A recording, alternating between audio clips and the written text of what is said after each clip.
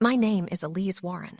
I am 31 years old, and 3 nights ago I sat at my father's dining table and watched my stepsister lift her hand to brush her hair back, and on her finger was my mother's ring.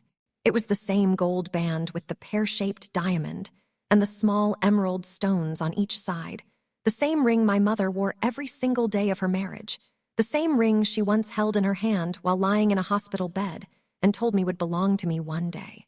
The same ring my father had spent 11 years telling me was gone. Lost during the move, misplaced in storage, buried in boxes no one had sorted through yet.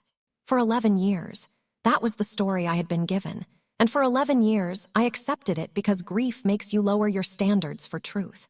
But what my father did not know that night was that 4 days earlier, I had opened a cedar box in my grandmother's attic and found a letter my mother had written before she died. And that letter had changed the way I saw everything.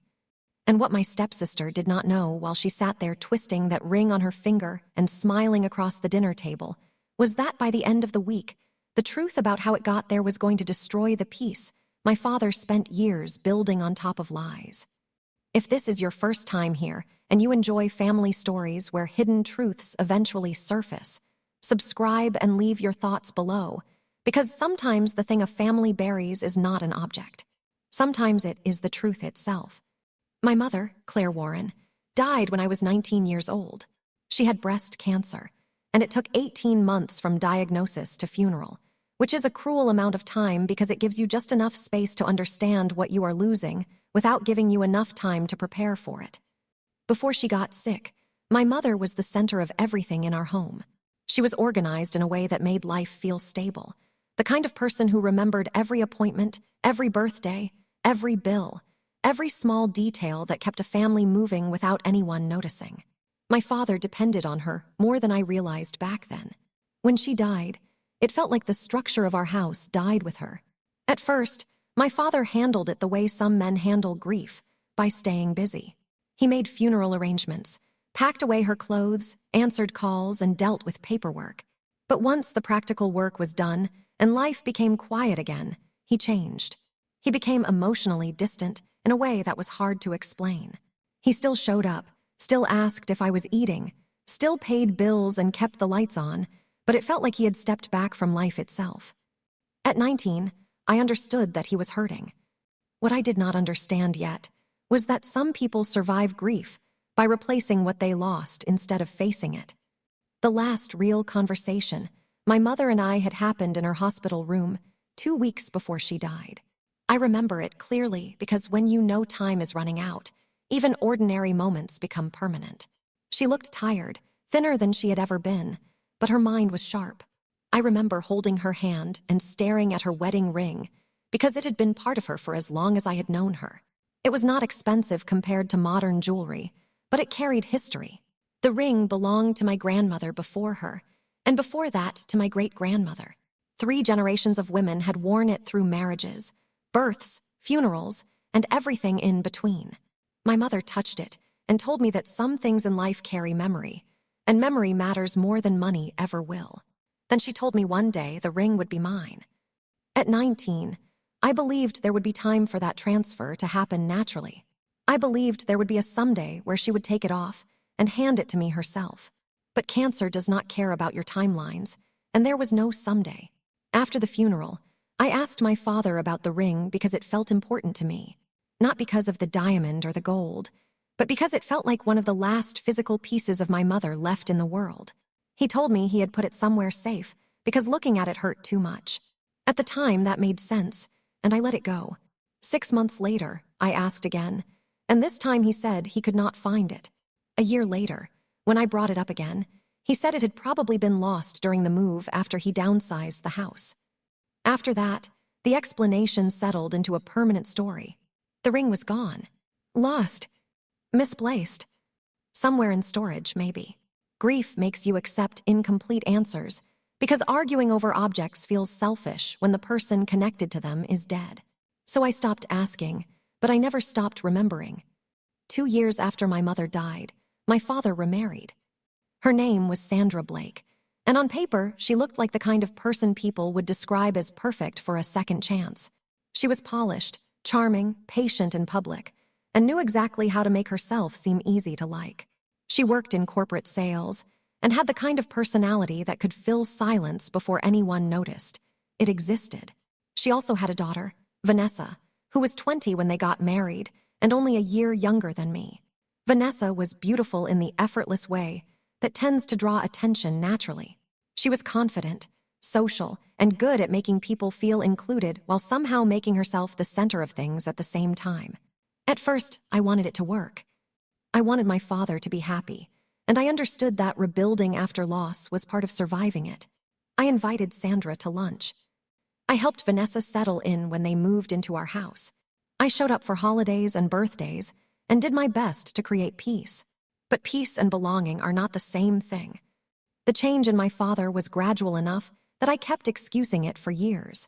Around Sandra and Vanessa, he became lighter, more engaged, more present than he had been since my mother died. At first, I told myself that was a good thing. He was healing, but over time, healing started looking a lot like shifting his emotional energy somewhere else. Vanessa became the center of his attention in ways I slowly stopped being. When she got promoted at work, Dad threw a dinner party. When I got promoted at my marketing firm, he texted me congratulations 6 hours later.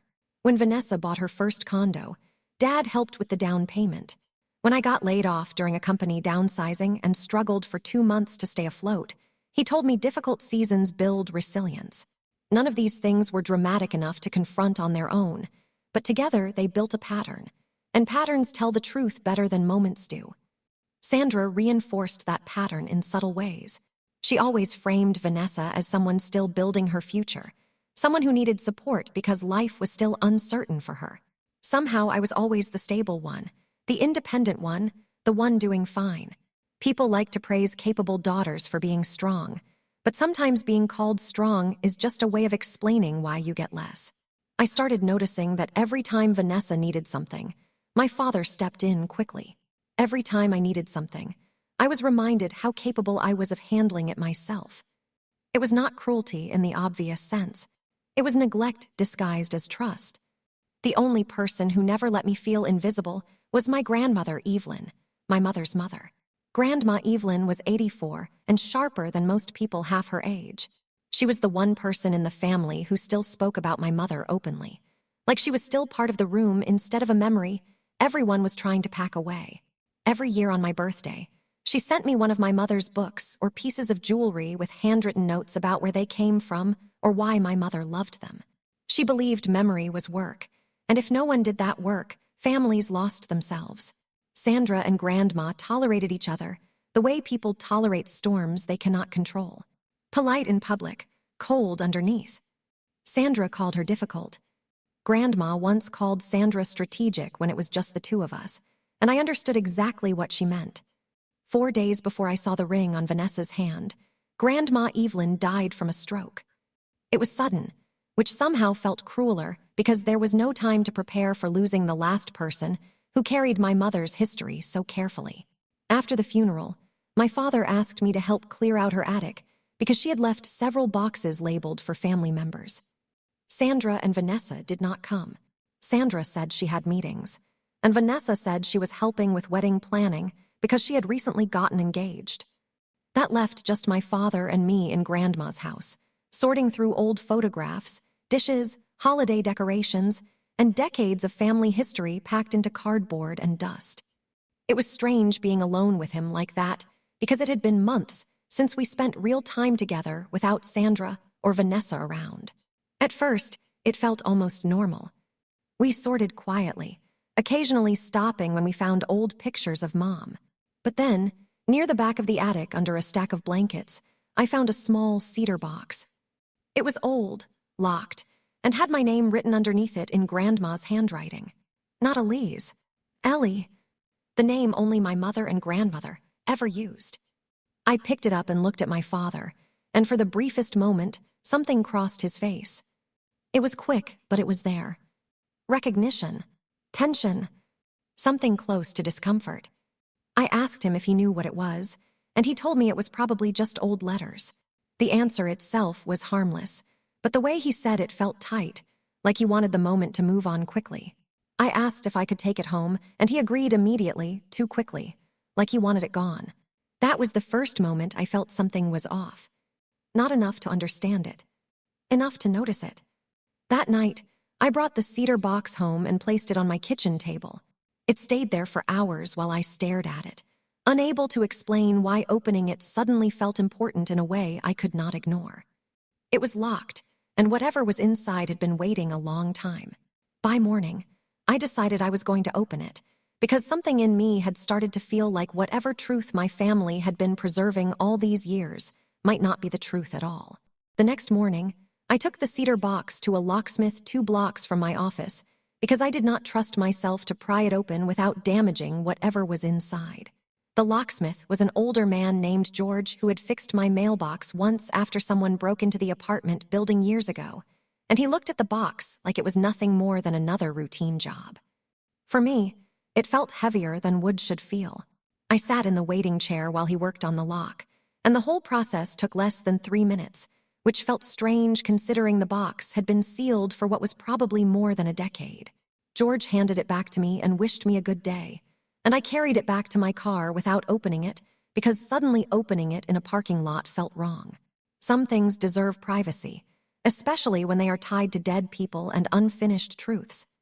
I brought it home, sat at my kitchen table, and opened it slowly. Inside were 3 things: a folded letter in my mother's handwriting, a copy of her will, and a small velvet jewelry pouch. The pouch was the first thing I reached for because it was the exact size of a ring bag. My hands were shaking by then, and when I opened it and found it empty, my stomach dropped. There was an imprint in the velvet where something had sat for years, pressed into the fabric by time. It was shaped exactly like a ring. That empty space felt louder than if the ring had actually been there. It told me immediately that my grandmother had kept it here at some point, which meant my father's story about it being lost during the move was already impossible.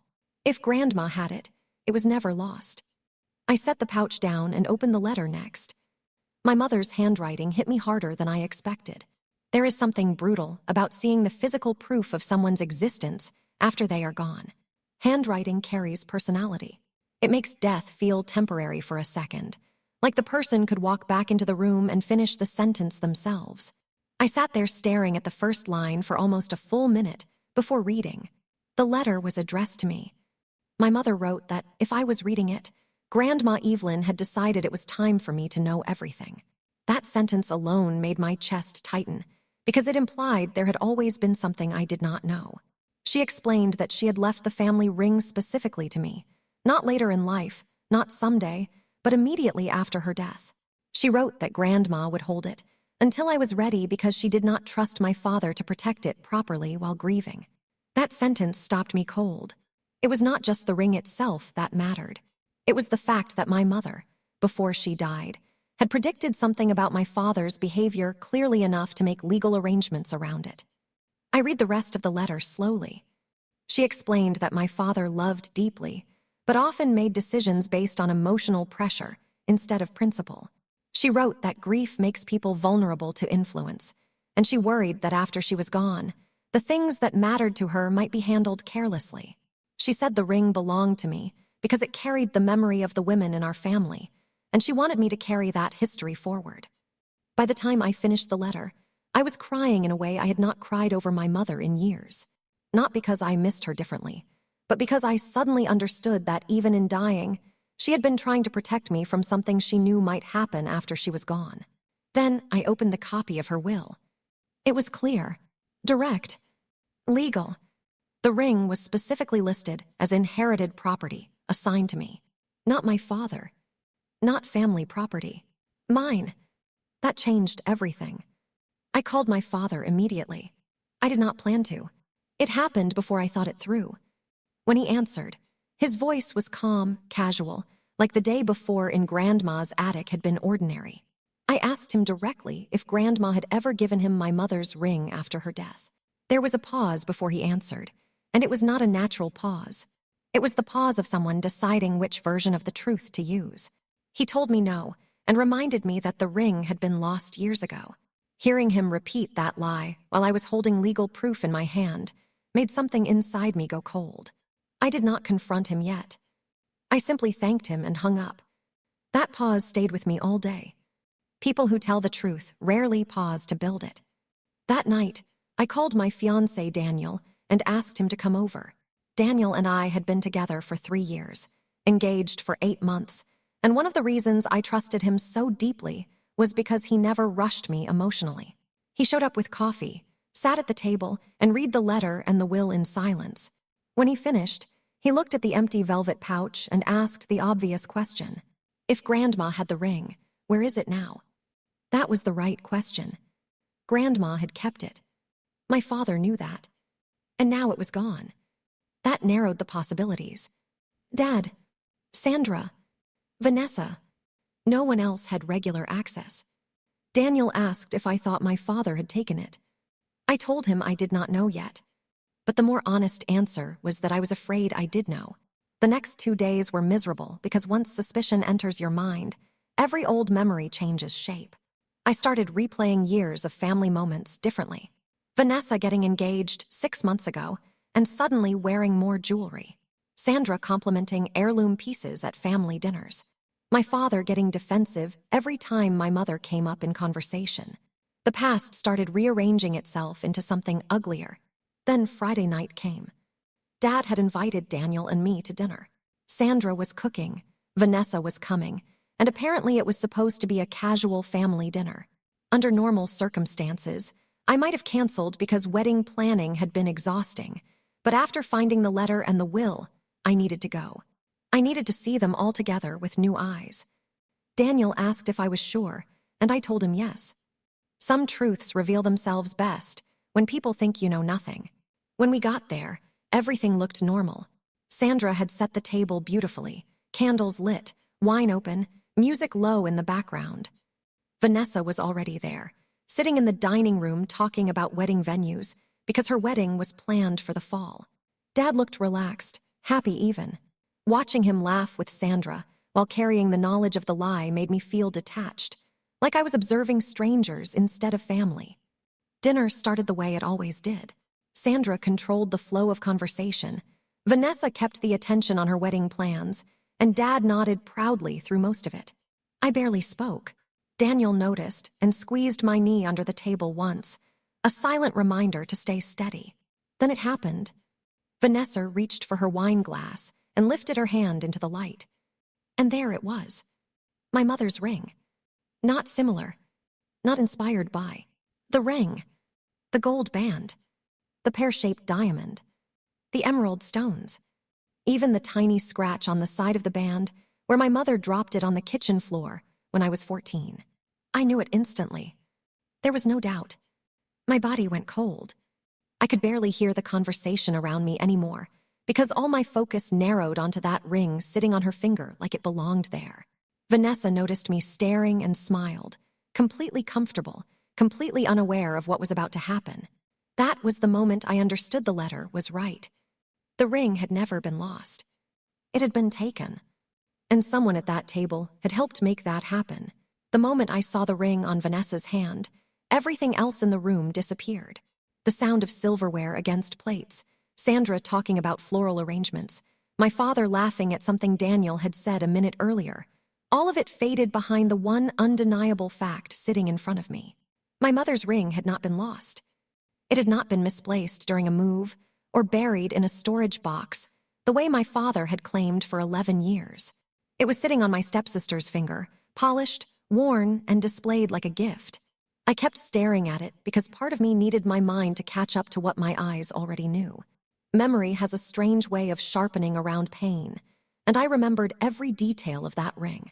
I remembered the way my mother twisted it when she was nervous, the way it caught light at the kitchen table in the mornings, the small scratch near the band from when she dropped it while washing dishes when I was 14. That scratch was still there. There was no possibility of mistake. It was hers. Vanessa noticed me staring and looked down at her hand, almost absent-mindedly turning the ring with her thumb before smiling at me. That small movement made my stomach tighten because it was such an intimate habit, one I had watched my mother do for years. For a second, it felt like someone had reached into my memory and taken something that was never theirs to touch. Sandra noticed the silence first and asked if everything was all right. My father looked up at me, followed my eyes to Vanessa's hand, and in that exact moment, his face changed. It was not confusion. It was recognition. That was the first thing that mattered. If this had been a misunderstanding, if he truly believed the ring was gone, his face would have shown surprise. It did not. It showed fear. I asked Vanessa where she got the ring, and the question landed heavier than I intended because the whole table went quiet. Vanessa smiled at first, like she thought I was admiring it, and said Dad gave it to her as an engagement gift. That answer hit the room like broken glass. My father immediately looked down at his plate. Sandra stiffened beside him, and Daniel turned toward me because he understood instantly that this was bigger than jewelry. I asked her if she knew whose ring it was, and she looked confused for the first time that night. She said Dad told her it belonged to Grandma Evelyn and had been in the family for years. That lie was almost clever in its cruelty, because it used just enough truth to disguise the theft. It had been in the family for years. It just had not belonged to him. I looked at my father and asked him if he wanted to explain why the ring he told me was gone was now on Vanessa's hand. He rubbed his forehead, the way he always did when he was cornered, and said it was complicated. That word made me angrier than anything else, because betrayal is rarely complicated to the person being betrayed. It is only complicated to the person who benefited from it. Sandra immediately stepped in and said this was not the time for drama. That sentence alone told me she knew. Maybe not from the beginning, but enough to understand what was happening now.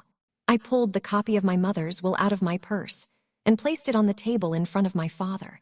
I had brought it because something in me already suspected the dinner might reveal something. My father stared at the papers without touching them. Sandra picked them up first, scanned the page, and her expression changed when she saw the section listing the ring as inherited property assigned to me. Vanessa looked between all of us and asked what was happening. That was when I realized something important. She might not have known the full truth. Maybe she accepted the ring as a family heirloom without asking questions, or maybe she had known enough to stay quiet. At that point, it almost did not matter because the real betrayal sat across from me in my father's chair. I told her plainly that the ring belonged to my mother and that my mother legally left it to me. Vanessa slowly slid the ring off her finger and stared at it like it had become dangerous. My father finally spoke and said he was going to tell me eventually. That sentence was so weak, so transparent, that it almost insulted me more than the theft itself. Eventually is the word people use when they hope time will erase accountability. I asked him when eventually was supposed to happen. Before her wedding. After mine. After I forgot to ask again. He had no answer, because there was no answer that would make sense. Sandra said the ring was being kept in the family, as if that made it better. I told her I was the family it belonged to. My father looked exhausted suddenly, like the effort of maintaining the lie for 11 years had finally caught up to him. He admitted that after my mother died, he could not bear to look at the ring, so he gave it to Grandma Evelyn to hold. That part aligned with the letter. But then he admitted that when Vanessa got engaged, Sandra suggested passing it down to her because it would make her feel accepted into the family. That sentence made everything clear. It was not grief that moved the ring. It was convenience. It was the need to make the new family feel complete, even if it meant taking something from the old one. Daniel spoke for the first time that night and asked my father if he understood what that meant. It meant he chose emotional comfort over legal and moral responsibility. My father looked at Daniel, then at me, and for the first time all night, he seemed to understand the size of what he had done. Vanessa looked shaken and kept saying she did not know. I believed her partially. Maybe she did not know it was mine, but she knew enough now. Sandra stayed defensive, saying it was just a ring and no one had intended harm. That sentence pushed me over the edge because it revealed how differently we were measuring the damage. To her, it was jewelry. To me, it was my mother's last promise and 3 generations of women before her. I took the ring from Vanessa's hand and held it in my palm. It felt heavier than I remembered, colder too. For a second, touching it again after all those years made me feel 19 and standing beside my mother's hospital bed, hearing her tell me it would be mine someday. I looked at my father and told him I had spoken to a probate attorney 2 days earlier. That got his attention immediately. He asked why, and I told him because I found the cedar box, the letter, and the will. The color drained from his face when I mentioned the box, because now he understood what had happened. He understood that Grandma Evelyn had preserved the truth, even after he tried to rewrite it. I stood up and told him this was no longer a family disagreement. It was a legal inheritance violation. The ring was specifically listed in my mother's will, and withholding it or transferring it without my consent was not just betrayal. It had legal consequences. Sandra called that extreme. Daniel calmly reminded her that if someone transfers inherited property that does not belong to them, the law tends to care. Vanessa started crying, saying she never wanted to hurt anyone. My father looked at her, then at me, and I could see him realizing in real time that the lie he built to create peace in one relationship had just detonated all of them. I left the house with Daniel and the ring in my purse, but the drive home was silent because there are some moments too heavy for immediate conversation. When we got back to the apartment, I took the ring out and placed it on the kitchen table beside my mother's letter. Seeing them together felt like pieces of a truth, finally reconnecting after years apart. Daniel asked what I was going to do next, and the answer came easier than I expected. I was going to find out exactly how far my father had gone to keep this hidden, because by then, it was obvious the ring was not the only thing he had rewritten. If he could lie for 11 years about something this important, there was no reason to believe the rest of the story was clean. The next morning, my father showed up at my office with a folder in his hands and a look on his face I had never seen before, the look of a man who knew the truth was no longer under his control.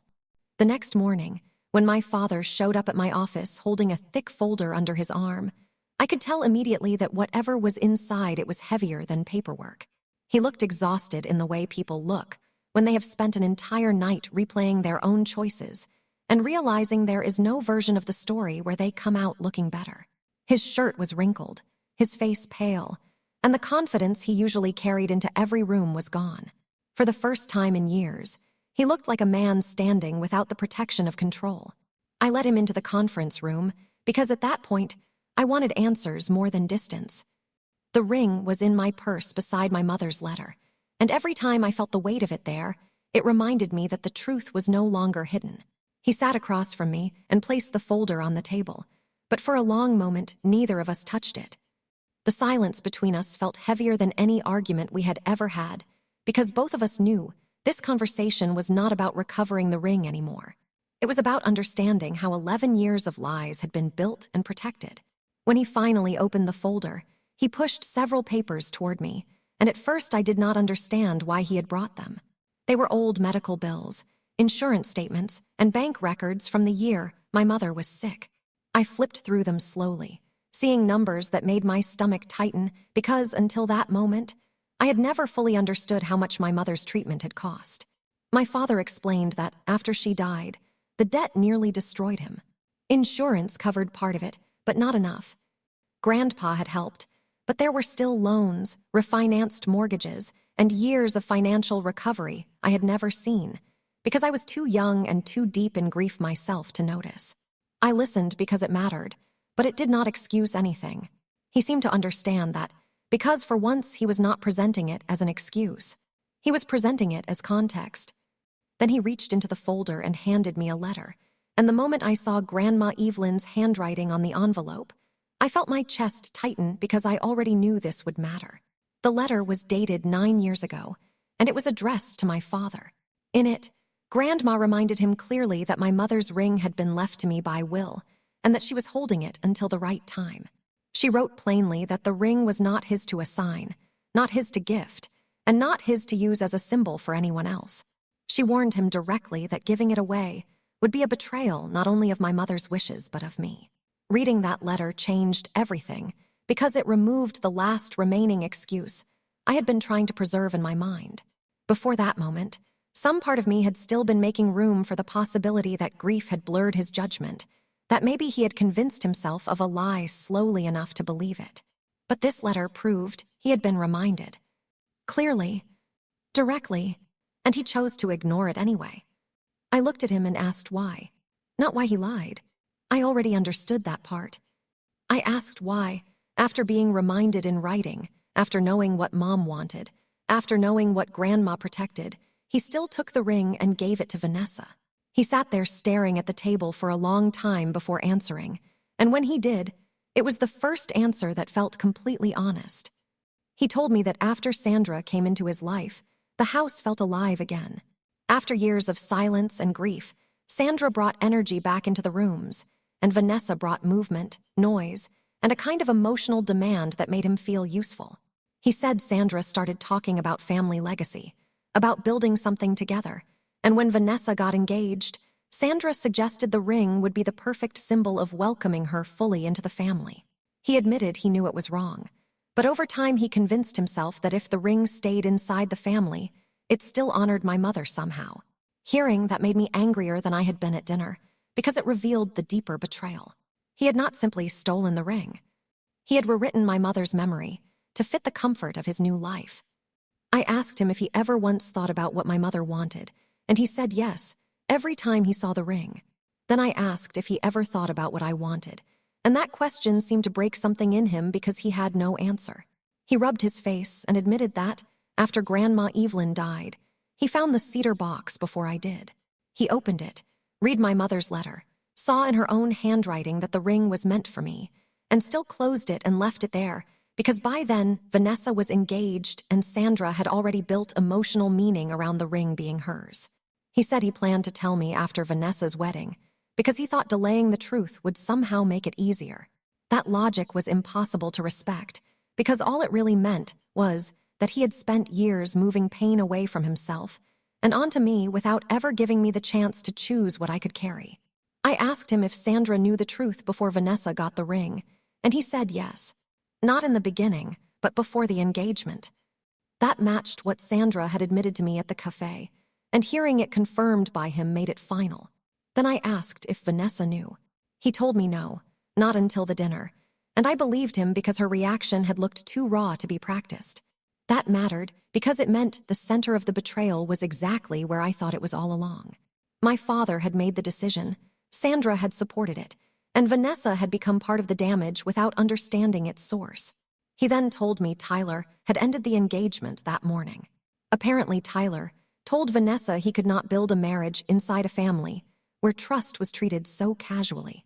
Hearing that hurt in an unexpected way, because it reminded me how far the consequences had already spread. The ring had belonged to my mother, but the lie around it had started damaging lives far beyond her memory. Then my father told me why he came. The attorney I had spoken to had already contacted him, and he knew that if the matter went further, Sandra's involvement and his own actions would become part of official legal records. He said he was ready to sign a full affidavit acknowledging the truth. He pulled the document from the folder and placed it in front of me.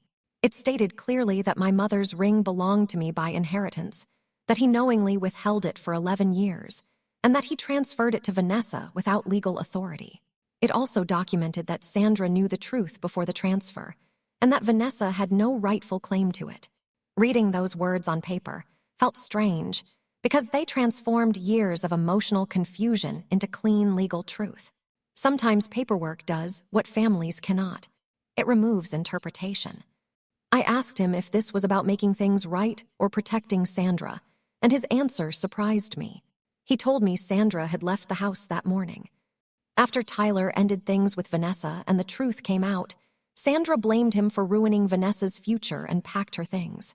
He said the family he built after my mother died was collapsing in real time, and for the first time since all this started, I saw him without any of the people he had spent years prioritizing over truth. No Sandra beside him.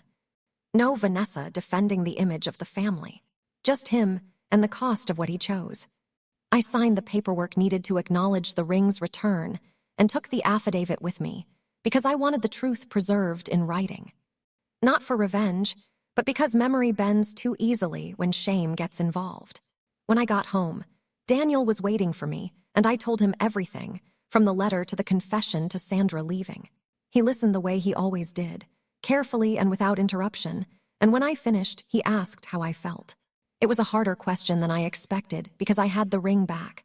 The truth was documented, and the lies were exposed, but none of it gave me back the 11 years I spent believing my mother's last promise had simply disappeared into the chaos of grief.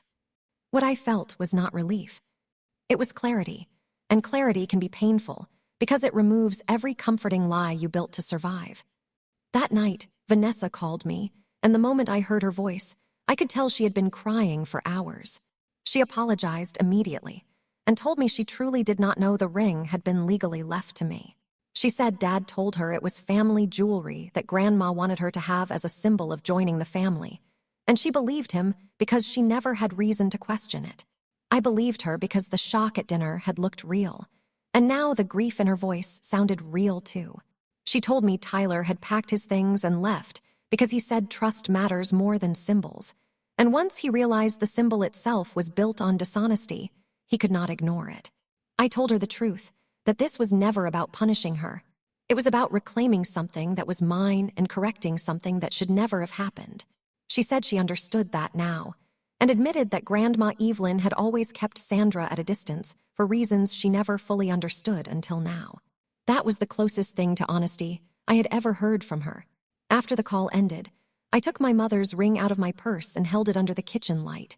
It looked exactly the same as it had when I was 19, but it felt different now because it carried more than memory. It carried proof of what people are willing to do when they think the truth is easier to reshape than face. I placed it beside my mother's letter and sat there staring at both for a long time until my phone rang again. It was my father. His voice sounded quieter than I had ever heard it, and he asked if he could come to dinner the next night because there was one more thing my mother had left behind. Something he should have told me about years ago, and whatever it was, I knew the story was not finished yet. The next evening, my father arrived at my apartment carrying a small leather-bound journal in his hands, and the moment I saw it, I recognized it immediately. It was my mother's. She used to write in it almost every night, usually sitting at the corner of the kitchen table after dinner while the house was quiet. I had not seen it since the week she died. At the time, I assumed it had been packed away with the rest of her things or lost somewhere in the chaos that followed. Seeing it in his hands after all these years hit me harder than I expected because suddenly it was not just the ring anymore. It was another piece of her that had been kept out of my reach. My father stood in the doorway for a moment like he was unsure whether he deserved to be there, and honestly, I was not sure either. But I stepped aside and let him in because after everything that had already surfaced, refusing the last piece of truth felt pointless. He sat at my kitchen table, the same place where my mother's letter and ring had been sitting for days, and placed the journal beside them. For a moment, none of us spoke. Daniel was there too, sitting nearby, not because I needed protection, but because I wanted a witness. Too much of my family history had been shaped by private conversations and selective memory. I was done letting important truths exist in rooms where only one version could survive. My father looked at the journal and told me he found it in my mother's things after she died. He said he read parts of it at first because he was desperate to feel close to her, desperate to understand what she was thinking during those final months. But after a while, he could not keep reading because it hurt too much, so he packed it away. He admitted that when Sandra moved in, he kept it hidden because he knew it belonged to me, and he knew giving it back would force conversations he was not ready to have. Hearing that made me realize the pattern had always been the same. Delay the pain, hide the truth, and hope time makes accountability smaller. I asked him why he was bringing it now, after all these years. He said, because after everything that happened with the ring, he realized how much of my mother he had been holding back from me, not out of cruelty at first, but out of selfishness. He said grief made him possessive of what was left of her, and later guilt made him protective of the lies built around that possession. It was one of the only explanations he had given that felt fully honest. People do not always steal because they want something. Sometimes they steal because they cannot bear to let go. But the damage is the same. I opened the journal carefully, and the first thing I saw was my mother's handwriting, neat and familiar, moving across pages full of dates and thoughts.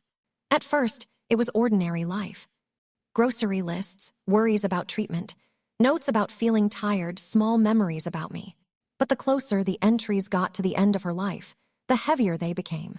She wrote about fear, about not wanting to leave me too young, about worrying that Dad would lose himself in grief. Then I found an entry dated 12 days before she died, and everything inside me stopped. In it, she wrote about the ring specifically. She wrote that she had given it to Grandma Evelyn to protect until I was ready because she was afraid Dad would make emotional decisions after she was gone. She wrote that Sandra had already been getting too close to Dad emotionally, even before her death. That sentence made me freeze. I looked up at my father and asked if he knew Sandra before Mom died. He looked down immediately, and that told me the answer before he spoke. He said yes. Not an affair, he said quickly, but friendship. Sandra worked with one of his clients, and they had become close during the last months of my mother's illness. He insisted nothing physical happened until after Mom died, but emotional closeness has its own weight. Reading my mother's words and hearing his confession side by side made the timeline feel darker. My mother saw it happening. She understood the emotional shift before anyone said it out loud. That explained something I had carried for years without understanding. The speed of his remarriage. The emotional distance after Mom died. The way Sandra entered our lives not like a new person, but like someone already familiar with the space. I asked him if Mom knew. He nodded and said she suspected it. That answer made me feel physically sick. Not because of betrayal in the romantic sense, but because it meant my mother spent her final weeks watching her place in the family begin to loosen before she was even gone. And she still spent part of that time making sure I would be protected. Daniel asked the question I could not form yet. Why hide this now?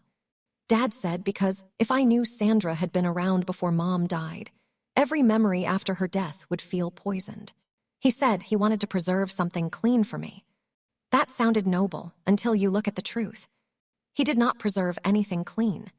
He preserved his image. I kept reading the journal, and near the back, I found something folded into one of the pages. It was a note addressed to me. Not formal like the letter in the cedar box. More personal. My mother wrote that if I ever found this, it meant life had unfolded the way she feared it might. She wrote that grief changes people, and sometimes it makes them cling to comfort in ways that hurt others. She told me not to confuse someone's grief with permission to betray me. That sentence felt like she was speaking directly into the room. My father saw me reading it and started crying quietly. Not dramatic. Not performative. Just the kind of crying that comes when there is nothing left to defend. He told me Sandra had left him for good that morning. Not just moved out. Gone. Apparently after Tyler ended things with Vanessa, and the truth about the ring spread through both families, Sandra decided she could not stay in a house where everyone now saw her role in it. Vanessa went with her.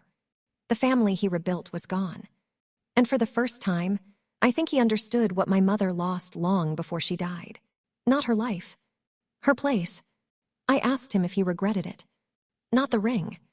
All of it. Sandra. The lies. The waiting. He said every day. And for the first time, I believed him. Not because regret fixes anything, but because regret has a different sound when there is nothing left to protect. He left an hour later, and when the door closed behind him, the apartment felt unusually quiet. Daniel sat beside me while I read more of the journal, and the strangest thing about it was how alive my mother felt in those pages. More alive than she had felt in years of memory. She was sharp, observant, loving, and painfully aware of what was happening around her. She had seen the future more clearly than any of us. A week later, Vanessa called me again. Tyler was gone for good. The engagement was over. She told me she had moved into Sandra's apartment, and that for the first time in her life, she was starting to question how much of her relationship with my father had been built on favors and gifts instead of real love. That was her consequence. Not losing the ring. Learning what built the comfort she lived inside. My father and I are not close now. We speak sometimes. Short calls. Careful words. But some truths change the shape of a relationship permanently. You do not go back. You only move forward differently. My mother's ring is on my hand now where it always should have been. Not because I won something, but because truth eventually found its way back to where it belonged. And the journal sits beside my bed, full of the voice I thought I lost years ago, reminding me that love is not what people say they protect. It is what they refuse to rewrite when it becomes inconvenient. Sometimes the thing people tell you is gone was never lost at all. Sometimes it was kept from you, because giving it back would expose everything built around the lie. And sometimes reclaiming what is yours does not heal the wound. It just proves you were right to feel it all along. If you were in my place, would you have forgiven your father after learning the full truth? Or would some betrayals stay permanent no matter how sorry someone becomes? Let me know in the comments. And if you enjoy stories like this, like and subscribe, because the next truth buried in a family might be even harder to uncover.